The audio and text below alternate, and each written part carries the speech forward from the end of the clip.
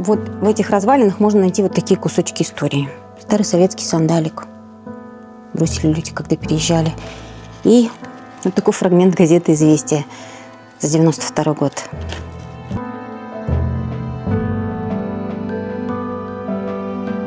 Да, больно, конечно.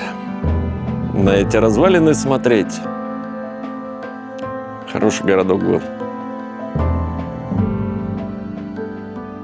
Вот где-то здесь был пункт военной автоинспекции, или ВАИ. Въезд в городок был через него и строго по спецпропускам. А вот эта вот чудом сохранившаяся бетонка была когда-то главной улицей городка. По советской традиции, конечно же, улицей Ленина. Здесь происходили все важные события. Праздники, ну и, само собой, военные парады.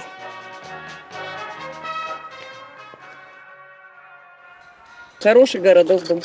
Все жили счастливо и хорошо. Была работа, была зарплата, было все, будущее у детей. Все было. Сейчас ничего нет абсолютно. Абсолютно ничего нет. Все развал, вон, видите, все поразвалил. И никто строить ничего не собирается, и о людях никакой заботы.